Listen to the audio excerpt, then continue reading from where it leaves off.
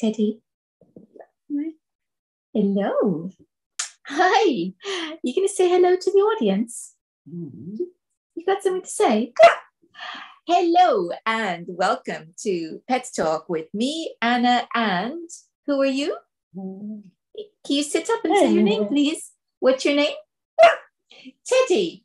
It's Anna and Teddy on Pet Talk, and welcome. Now, last time we showed you one of our favorite games to play outside, hide and seek. Today, we're going to show you some more outward games that we like to play. And it is all about finding something. So dogs love to use their noses. And if you want to entertain your dog while they're out, to help them to stay focused on you instead of running off after squirrels, etc., this is one thing that you can do with them. You can play games to keep them engaged. And of course, using their noses is the way to do it. Now, there is more to this game because as you will see, there is an object that's thrown. It's a lure or a ball. And the reason I have done this, combining sniffing and throwing balls, is because in his second year, Teddy developed a particular passion for a ball. He was given a ball for Christmas by a friend, and it was, one of these, almost they're like tennis balls, a Kong ball. That's what it was. And he loved it. He loved it because he loved the feel of it in his mouth. Teddy is not particularly interested in ball games. It's a take it or leave it kind of situation with ball games. He might play for a minute and then he gets bored, he wanders off. He's not going to be chasing the ball for very long, which is fine. But when it came to this ball, he really loved it because he loved having it in his mouth and he loved chewing it.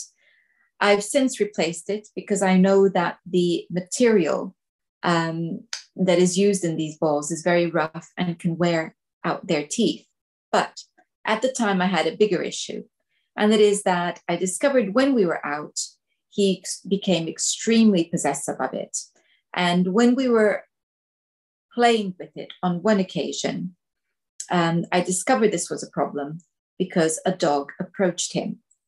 And it almost became a very tense situation. So I was trying to get Teddy to give it to me so that, because I could see he didn't like the fact that the dog was approaching him while he had the ball. So I said, okay, give it to me, and where he would normally drop objects in his mouth to give them to me, he was not giving up his treasure, his ball.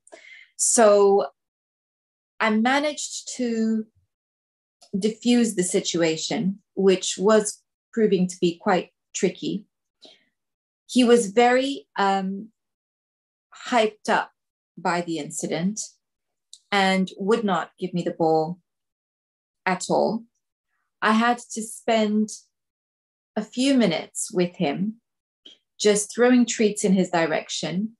And he would then just grab the treat and pounce on the ball immediately. So there was no way I was going to get near it. And what I then had to do was just keep doing that. And then after a while, he calmed down enough to allow me to even approach him because I wasn't allowed to approach him. At which point I continued with the treats, got closer and closer as he allowed it. Eventually, he allowed me to touch the ball. So I just touched it, backed off, and we proceeded until he was happy for me to pick it up. And then I gave it straight back to him. And we did that, whereas I picked it up, gave it back to him, picked it up, gave it back to him. And then it was a case of me throwing it. So he was allowed to play with it. He was dropping it all the time. And then I just held on to it. So this was a process that took perhaps about 20 minutes. And I was very anxious to get this sorted out because I did not want the same thing that had happened when the other dog had approached. But at the same time, I didn't want him to feel that he couldn't trust me. I wanted to build his trust. So once I put the ball away, I thought two things. This ball is not coming out with us, and I'm replacing it. And I'm going to make sure that he develops this idea that he doesn't have to get possessive about something. So before I replaced the ball, in fact, I decided that on the next occasion I was going to play a game with him. And the game was, I would throw the ball when I knew there was nobody around. I would throw the ball. And whilst he was going out to catch the ball, I'd hide a treat. And then he would naturally want to forget the ball and drop it to go and look for the treat. So this is how this game evolved. And it's proven to be a favorite. I've since, of course, replaced the ball, but he really loves it. And that's why we play it. It's a good, it's a searching game. So he can search for the food whilst after he's brought the ball back. There is another advantage to this game, which is that we can play it on our own. Teddy watches me all the time. It has become impossible for me to hide anything without him noticing. So this is also a way of distracting him while I hide something. I've done this on beaches where I've hidden, those little sprats or anchovies under rocks for him to find. And it's a lovely thing. So that's the first game.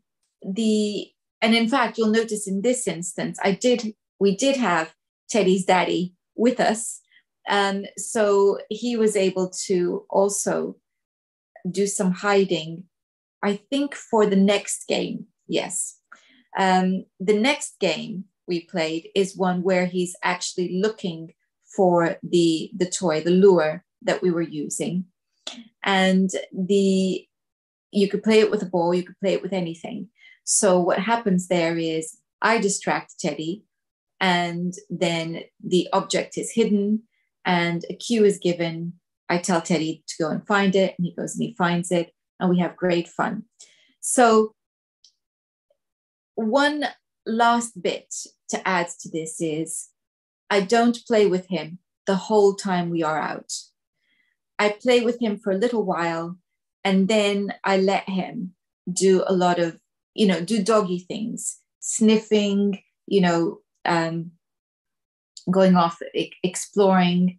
I recall him so that, he comes back. So even though he's nearly 7 and his recall is almost 100%, we always continue to practice recall. And in fact, he develops little recall games of his own where he hangs back and waits for me to call him. And then he comes running because he knows he's going to be rewarded for that. So it's something that the more we do this, from an early age, the better their recall is. And if you play games with them while they're out, again, it encourages them to remember that you're there, because Teddy was very prone to forgetting that I was there in the early days. And it's just, so you're developing focus, you're developing recall. In the games from the last video you saw, there was a good practice for stay. And in this one, it's about teaching them to drop and also just encouraging them their natural instinct to search. If Teddy is bored and he wants to stop play before I think I'm going to, that's absolutely fine. So it's a nice mix of games and relaxing and doing doggy sniffing things. That also, of course, means he doesn't get too hyper, too excited. He's a relaxed dog when we get home. And that's what we all want. Happy, relaxed dogs. Teddy, is there something else that you would like to add to this? Is there something else? Can you look at the camera while we're talking? Yeah. And yeah, that's right. What do you think of the games? Do you like them? Are they things that you like to do? The audience, no, that's a yes. And shall we say bye-bye to the audience? Do that again. Can you do that again? That's it. That's bye-bye from Teddy and from me. And until next time, enjoy the videos. Goodbye. Should we do another one? Let's do another one. Are you ready? And go. Oh, where is he? Where is he? Good boy. Good boy. You ready? We're going to go again. Hold on. Wait. Come, over here. Good boy. You ready? 1, 2, 3, go.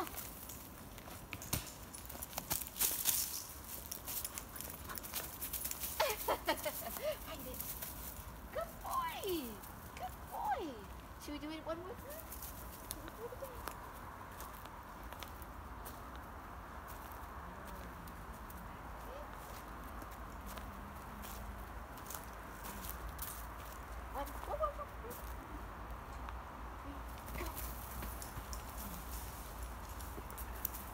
One. Whoa. Wait. Where is it? Where did it go? Where is it? That's it. We can't just drop it halfway. Thank you. Good boy. You ready? Whoa. Wait. What are you doing? Come back. I didn't say go. Come back.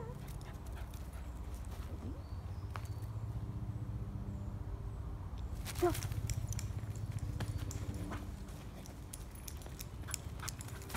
Good boy. Awesome.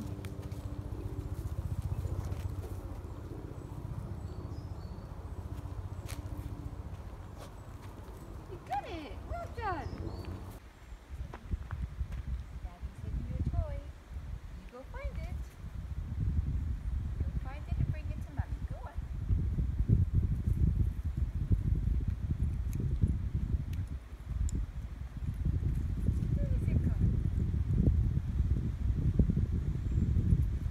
Where is it, Ted?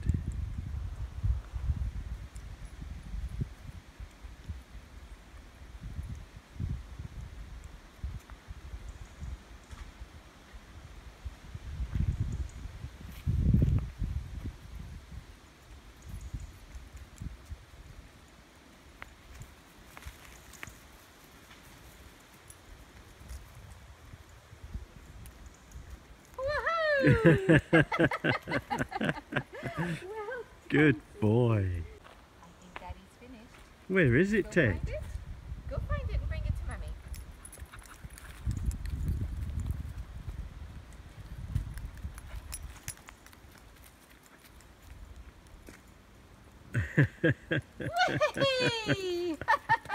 Well, that was quick. Well You done. clever boy. Should we take a little break? Yes.